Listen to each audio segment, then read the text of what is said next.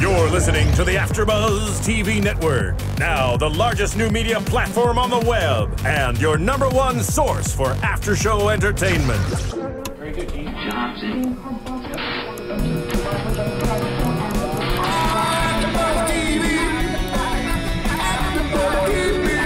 From the AFTERBUZZ Studios in Los Angeles, California, presented by Maria Menounos and streaming live thanks to Akamai Technologies, this is AFTERBUZZ TV's Attack on Titan After Show.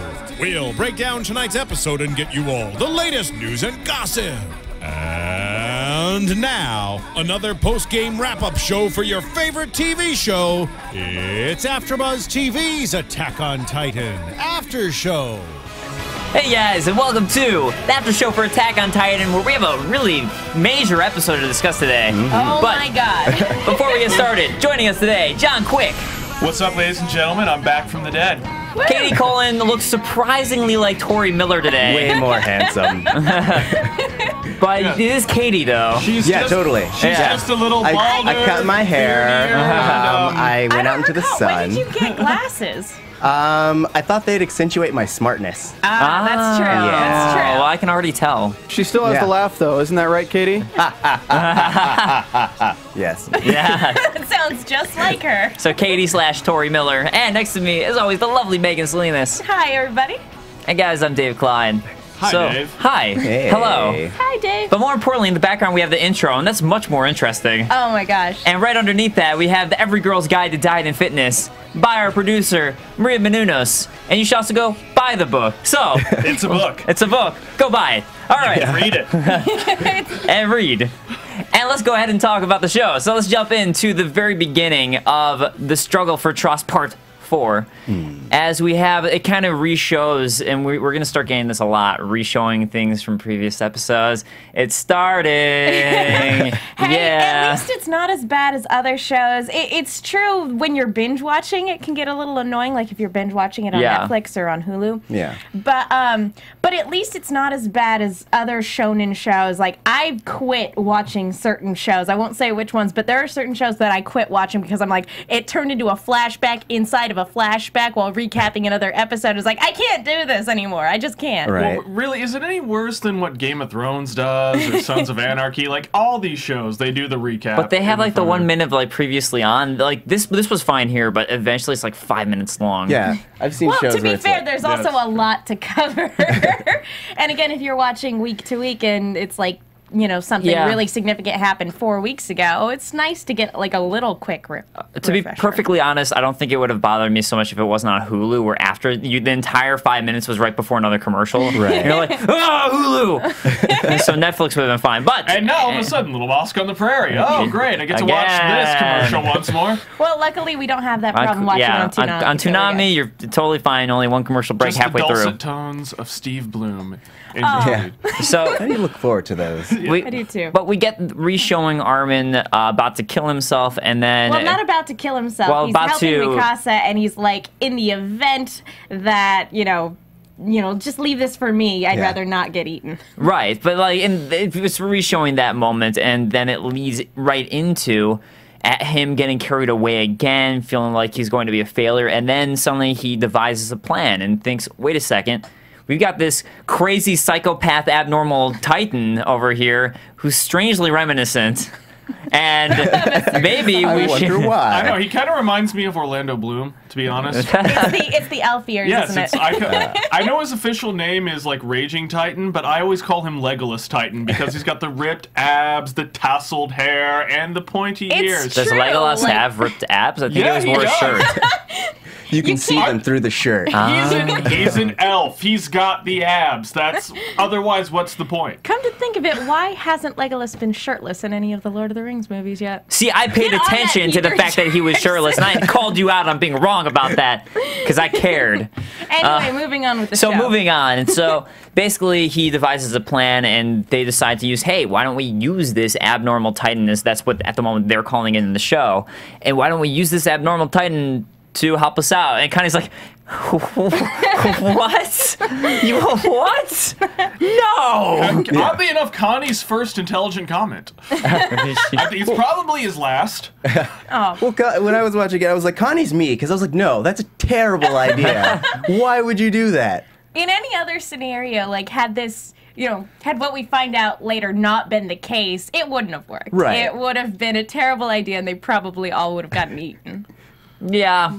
Most likely. Yeah. Especially in a show like Attack on Titan where everything seems to be a bad idea. But it's... Well, there are no good options. You basically just have to work with what you got, and even if what you decide isn't a good option, like, you don't really have a whole lot of other choices. Yeah, but since Mikasa thinks it's worth a shot, everyone's like, it is worth a shot. So they decide to go with it, and it seems to start working as the abnormal Titan notices all the other Titans congregating over the supply depot and just starts rampaging in. Meanwhile, we switch over to Jean, who's upset that he couldn't do more to help the people who we see brutally being murdered and eaten by Titans. Those were awful sound effects. It was just like bone-crunching noises. But I see an opportunity. Or I smell an opportunity, too. I think the thing you would say is I smell an opportunity. I think that's the actual saying. I don't know. People Whatever. in the comments, please correct us, but whatever. Yeah. Continuing on, so John decides that this is the perfect time for them to sneak by the Titans, and, it is. They manage to get through everything, minus one guy who was called Male Cadet Number 1. Yeah. So you think, like, when he got out the door that morning, he knew he wasn't going to make it back. Here's your red shirt. Have fun. It's like, oh, my name is Male... Why did my parents name me Male Cadet Number 1? It's a weird name. It's kind of a cruel joke. So yeah, because we watched with subtitles on, so that was the subtitle. It was just Male Cadet Number 1 screaming. We're like, yeah, that is a poor name. Would it have been any better if they had put Scott? I think it would have been a little bit. You're like, Scott. But now you're invested because it has a name. Yeah. Like, oh well.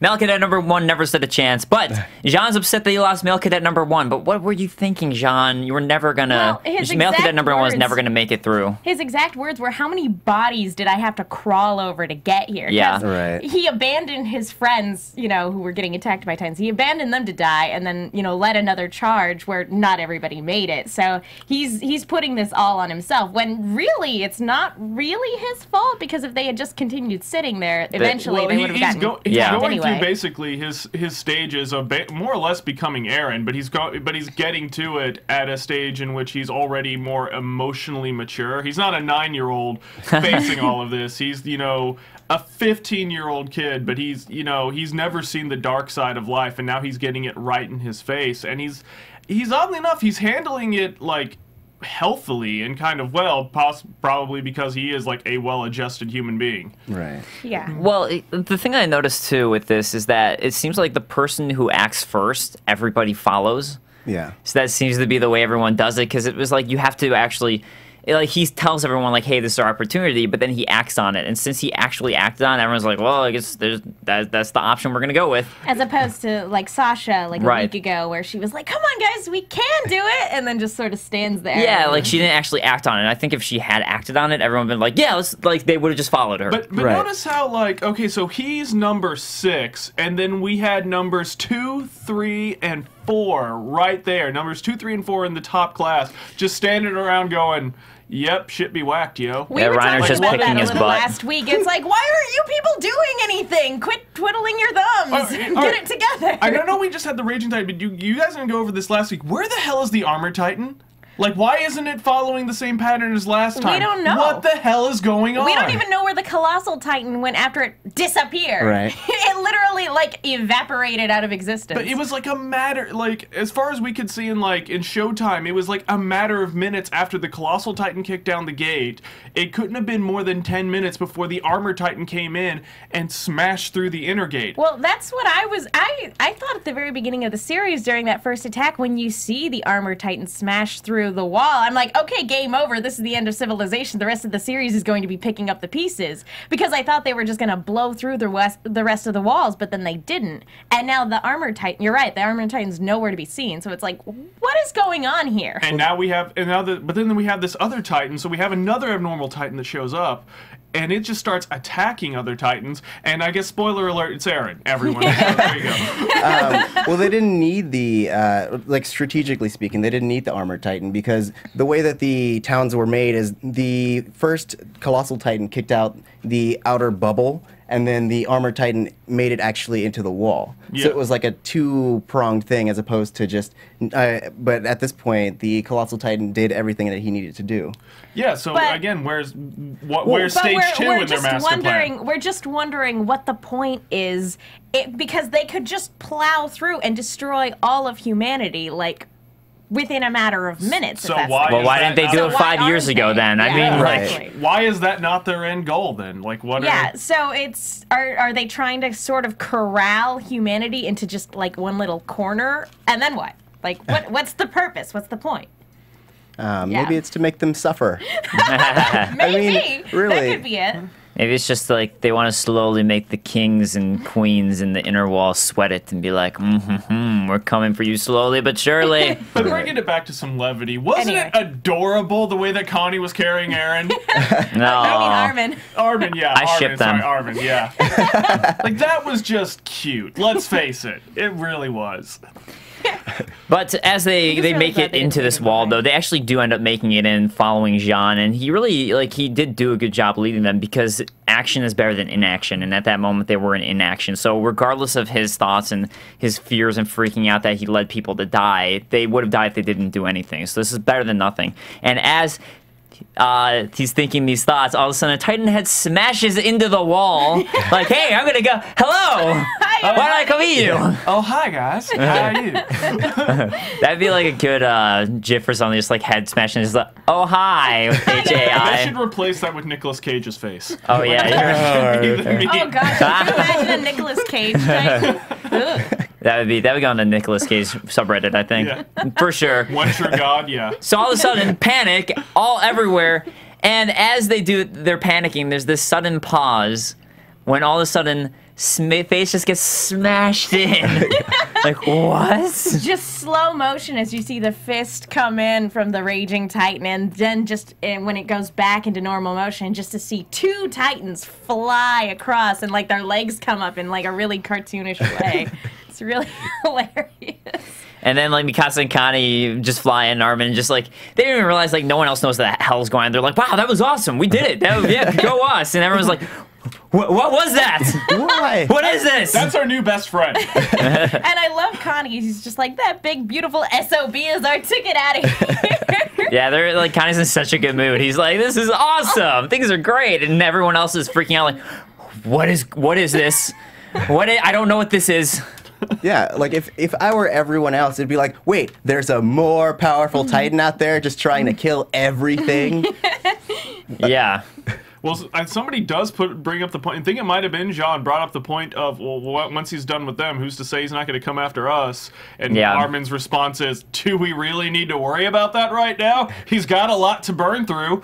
Yeah, Right. and Connie was like, I guess we'll just cross that bridge when we come to it. One thing at a time. That's a big-ass bridge. It really is. Yeah, but, I mean, hey, they're right, though. I mean, like, they have other things to worry about right now, and this seems to be helping them. So, what, you freak out about the Titan that's helping you, or do you worry about everything else going on? About the Titans that are Right. actually in the building. That are actually in the building. So they do decide to go worry about the Titans that are in the building. And Armin once again devises a plan for everyone. This is the second time he comes up with a strategic plan.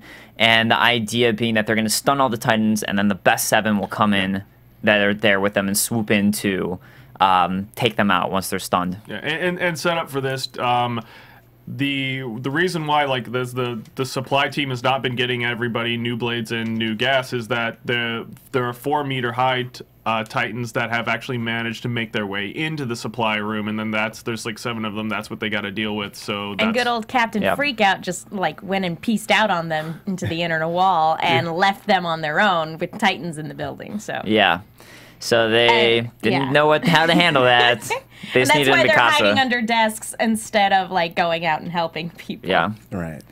So it was John freaks out on them about, as that was their job and they didn't do it. But regardless, they now are in this moment. Armin has devised this strategy and he doesn't think it's a good idea. He's like, I'm willing to be talked down. And Mikasa finally tells him, like, hey, you're a really great strategist regardless of what you think. And he finally starts getting some positive reinforcement his way of like, maybe you're not as bad as you have always thought you were, because he always looks down on himself constantly for not being strong, like physically strong. Yeah. And she straight up tells him at one point, you know, you've saved us before. And he's like, when did I do that? Because the only things he ever remembers are them, like, saving him from bullies. And saving him from getting picked on. And he never thinks of himself as having saved anybody. Yeah. Yeah. I like that he finally get to shine, because like he spent the last few episodes just kind of like moaning about how weak he was, but now you get to see like where his strengths actually lie, and like he's like one of my favorite characters in the show, just because like in every anime I've watched, it's like, the strong survive, but it's like, no, the smart as well. Yeah. Yeah, no, it's really great to see him, like, you know, developing into, like, internally a stronger person and being able to stand up and actually say what he's thinking, because his mind is going a million miles per hour, but he's always afraid to say things. So it's really cool to see him like step it up and actually take a very strong leadership position. Yeah, absolutely. So. Because nobody else has any ideas. Yeah. Especially, I don't know, Connie's full of ideas. Well, no, Reiner has a great idea. Hey, guys, let's take this sword, okay? Follow me on this. We're going to take these swords. All right, we're going to sneak up behind them, and we're going to shove them right up their ass. Just right up there. All right, Reiner, you got this. That's why Reiner wasn't leading people onto the charge for HQ. Now that I was complaining last week, I'm like, why isn't the second, in the squad doing anything? It's like, it's probably because there's not a whole lot going on. Did you stop refrain from saying number 2? Just like you went second in the squad. Well, I guess I did. No, Reiner, I thought Reiner was number 3 and Bertolt was number 2. I don't remember the order. I thought Reiner was number 2, and then Annie was number 3. Yeah. Bertholt's 4, I think. Regardless, if I'm wrong. The ones who were more suited supposedly than Jean were not leading. That's the point, and that they weren't doing anything. Armin, let's also or Armin. But the thing is that we also get in that moment is we get now all of a sudden these. What we've seen through the series is these pan movements of, instead of doing actual animation, here's a picture and we're just going to pan down the picture. I'm totally glad. I don't need to see an animation of these kids walking somewhere discussing stuff. It's just funny because it always kind of takes you out a little bit. And I agree, I'd rather see the other things animated. This was the first time, like, when I was watching through the series initially that I actually noticed it. The series has done it a few times before, but I thought it was just kind of a stylistic thing and I didn't think anything of it. This was the point where I'm like, oh, okay, it's because the budget is going elsewhere. And yeah, I agree. I'm okay with it as long as, like, where the budget's going, it looks absolutely fantastic. Yeah, I just mean, usually when we see it, it's like giant environmental set pieces. And it's like, okay, they do the pan where it's like there's a lot of buildings. And you're like, well, I get it. Whereas this was the first time it was a close-up on characters, for the most part, where it was really like there would have been much more movement. And what was weird is that it was kind of partially animated. Yeah, because at one point... start having a character talk, and then it would go back to the same still frame. And it's just kind of like, that was an odd choice. Because, they cut in with, like, one of them talking, and then cut back to another pan. But... all right, I just want to point that out. So after this, though, they actually end up doing this plan, which is they drop in down the elevator with rifles set to go.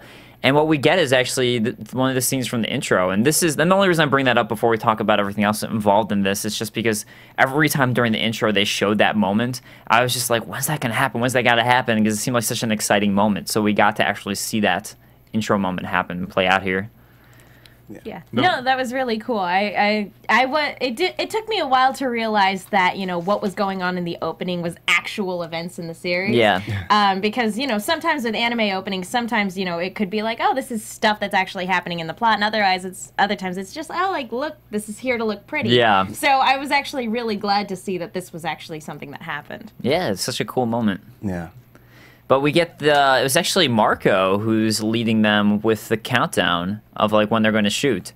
I believe it was Marco, right? No pressure, Marco. Yeah, but like he does a good job of like waiting until like literally the very last second, like, hey, before they see the giant head turn, start creeping towards them.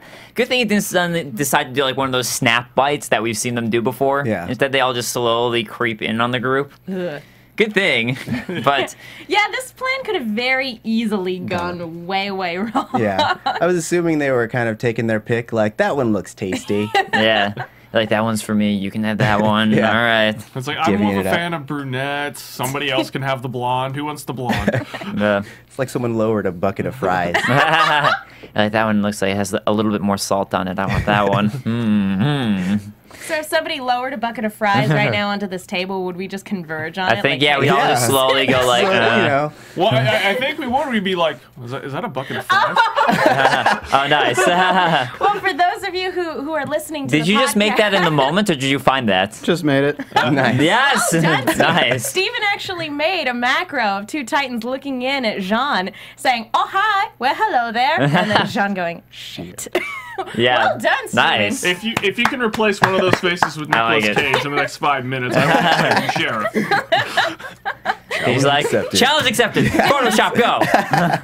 That was awesome. Thank you for making that. So in this moment though, they end up shooting all of them at the right moment. We get all the seven swooping in, but Connie and Sasha miss their marks, don't quite hit it, and mess up. And as Sasha runs away saying, I'm sorry. I'm sorry. How did she get in the top 10 again? Yeah, she's good at control. Well, we saw she- that she's good at controlling the 3D maneuvering gear. Yeah, she's got great instincts, but she just froze up. Because we saw her on the wall, you know, when the attack happened, and she saved one of her fellow cadets by, like, running down the wall and shooting off her grappling hook. So she's very capable. It's just she, for whatever reason, she froze up this time. I guess it's a little different when a Titan is looking you in the face. Maybe Right. she didn't have her potato that day. Yeah, that's what she's like. I haven't eaten in 5 minutes. Oof.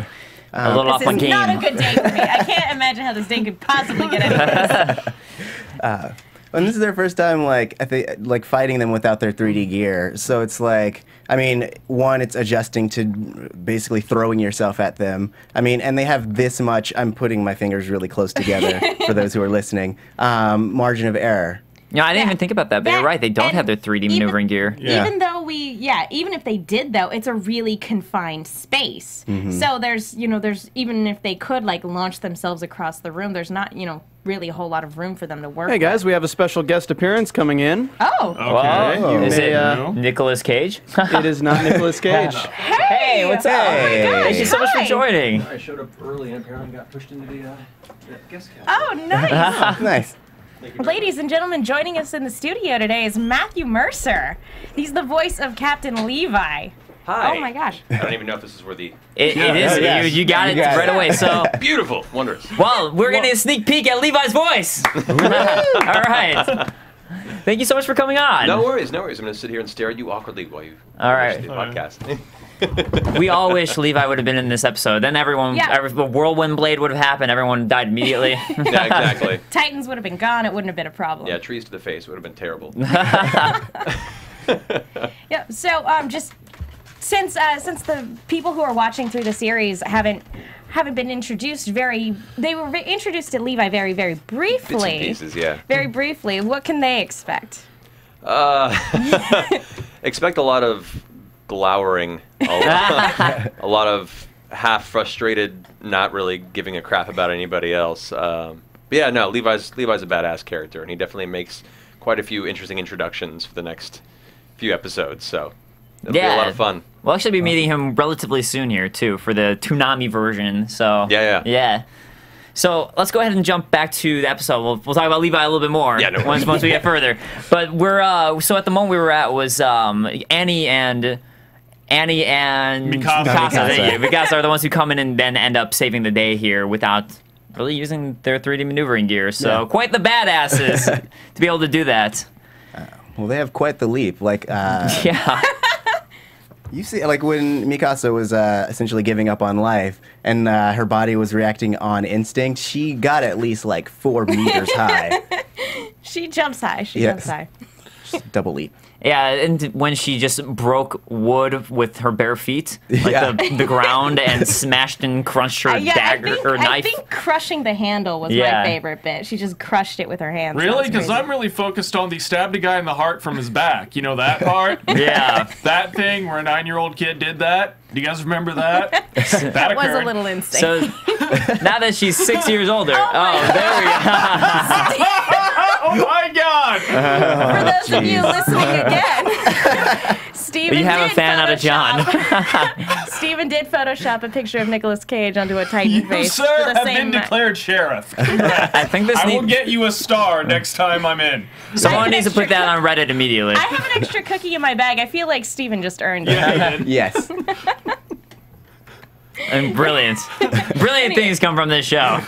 Anyway, so back to the episode. Yeah, back to the episode. They actually end up pulling this off, and they're like, okay, they set up their gear, they're ready to escape. They start leaving, and Jean's like, let's get the hell out of this place. When Mikasa's staring at the raging Titan, and kind of like, hey, maybe we should save this thing, and Jean's like, no. Let's not do Worst that. idea I've ever heard. And admittedly, I mean, it is a really far out there idea. It's like, okay, so you're telling me that this massive 15-meter tall Titan, who seems to be just constantly pissed off and punching everything, and your basic idea is to allow him to continue living when it seems like he's not going to. That's correct. I'm following. This is the plan, right? Going forward? Yes. So I could list all the ways that this could go horribly wrong, but I'm just going to stare at you indignantly. But good thing that the Titan that happened to kill Thomas from a few episodes ago shows up all out of the blue. Wait, who? Who's Thomas? An NPC. Yeah. Yeah, red shirt. Yeah. And what do you know? This Titan is really angry at that one for some reason. Okay, well, I mean, we already know it's Mystery. Well, we Eren. already So, said yeah, it's that. Eren. So, yeah, recognizes that Titan and just goes into ultra rage mode. And without any arms, mind Yeah. you. Goes in and attacks Well, it. no. He goes into rage mode with arms, and his arms get torn off. As he's running at it. Yeah. He's like, I don't need these. I have teeth. And just bites its neck off. All right. Kills everything using this guy as an improvised flail. Yeah. It's really kind of absurd when you're looking at it because you're just like, how, what? Because it's just, a one-man wrecking ball, so to speak. And he has, I don't even, it's a very absurd image. That's all. I can't even describe it. It's Absurdly ridiculous. amazing image. So now they're ready to go as the Titan is dying when Eren emerges like a butterfly from its cocoon out of the Titan. And Mikasa goes running for him. And some oddities there. He emerges with, as Armin's going to point out, his arm regrown and his leg regrown. And you see the clothing is ripped, but his arms are there. And And his 3D gear's gone. Yeah. Yeah. And we clearly saw his arm go flying into the distance. So Armin's like, but how is this even possible? This doesn't seem physically possible. What happened here? Yeah. Right. This very, very emotional scene, which then, Jean, being Jean, of course, kind of interrupts and's like, hey, guys, I don't want to break this up. I know we're all happy, but now might be a good time to get the fuck out of Dodge. He's like, okay, so let's do this. Eren did this. That happened. Yeah. But I have to ask, because we've all seen through the series before, so it was really hard not to say anything last week. But did you guys see that coming? Like, was that like a surprise, or did you have like a suspicion? As soon as the Raging Titan showed up, I was just like, Eren's going to be in control of that. Like, just because I've seen enough anime that I was just like, he's coming back in some way. Well, my roommate, and I won't say who it is, kind of spoiled it for me. I don't know who that could possibly be. How about you, Tauri? Do you know? There, Dave. You didn't even know you were going to watch the series. You were debating it the entire time. Well, no. When you were watching it, I thought it looked cool, and that's what sparked me to watch it. And then when you said that he died, I was like, oh, that's amazing. But then as I started watching it, you were like, and he came back. And I'm like, I didn't get to the part where he died yet, so I didn't like... Yeah. So you had that spoiled. We were watching kind of simultaneously at one point where I just started the series as he was at the later half of it, but I did watch it because of John. So thank you, John, for getting me started on the great series. You're welcome. And then spoiling part of it. But yeah, so I knew it was going to happen, but it was still I don't know. Like, I'm kind of mixed about it because I thought it was so cool that they were willing to kill off a main character. Yeah. And then the fact that they ended up bringing him back, I was like, I don't know if I like that because it was so cool to me that they took what seemed like such a great risk. It would have been very interesting to see how the series had progressed, how they not brought him back. But at the same time, I really like what the show has done because there's still a lot of mystery and a lot of intrigue in terms of like how and why did this happen. Right. So even though it's kind of disappointing that they really didn't take that risk, it still had a lot of shock value, and it's still left a hell of an impression. Yeah, I mean, it does bring great questions to the table, definitely. And for anyone who's just watching now for the first time, it's especially going to be like, well, how did he survive? Is this going to get answered? What's going to happen? So a lot of huge questions in this moment. Yeah. I was hoping that Mikasa would become the main character from then on. Yeah, that would have been cool. Yeah. That would have been pretty fantastic. Well, you don't want the Raging Bull to be the main character? Only if they had, like, I don't know, King Konged him. Like, every time they wanted to use him, they chained him up and, like, let him go. Yeah. I think that would have been awesome, too. But then it would have been a problem when they actually got to, like, season 7 or 8, and Mikasa got to the basement and was like, cool, finally... Wait, where's the key? Damn it! She's like, oh, it's all the way back. She would have broken the door down. Yeah, true. Yeah, this is wood at this point. I guess the key's just kind of more of a formality. Right. Yeah, that's true. That's true. Yeah, I don't really think about that. I'm just like, we need the key, and you're right. It's like, do you really need the key?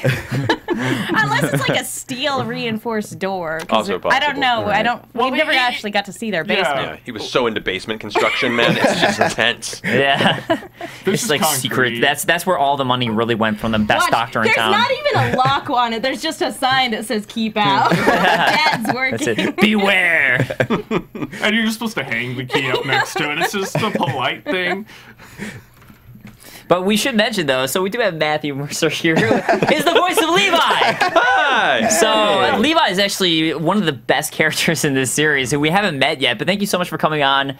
Albeit halfway through, and we'll be your character later. But what was it like when you got the call or when you found out you were on the show? Did you know, were you excited about it, or did you know how big the series was? I wasn't prepared for quite how large the fandom was. Yeah. I'd heard of it, and I'd seen a bunch of like cosplay about it at Anime Expo last year, and was like really interested in what this show was, but didn't really know what it was about. So I went and found a trailer on YouTube, and was like, oh, it's about big people eating little people.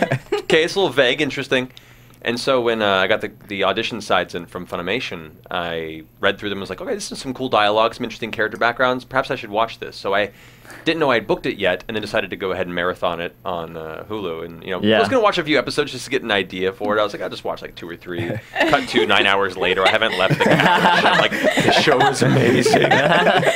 So I was super excited when I got the phone call. I remember like I was in my car and I pulled over and was like telling Mike McFarlane, the director, on the phone. I'm like, yeah, go. No, great. Looking forward to it. We'll schedule something. Cool. It'll be fun. Thanks. Bye. Because he was my favorite character at that point too. So it was like it was kind of a cool little nerdgasm moment. Yeah, and that's like, I mean, to me too, like that's the character to get. Levi's the character, so congratulations on that. So later on, when your friends are watching the show and Levi does something amazing, you're gonna be like, "That's me. That's me. I did that." Yeah.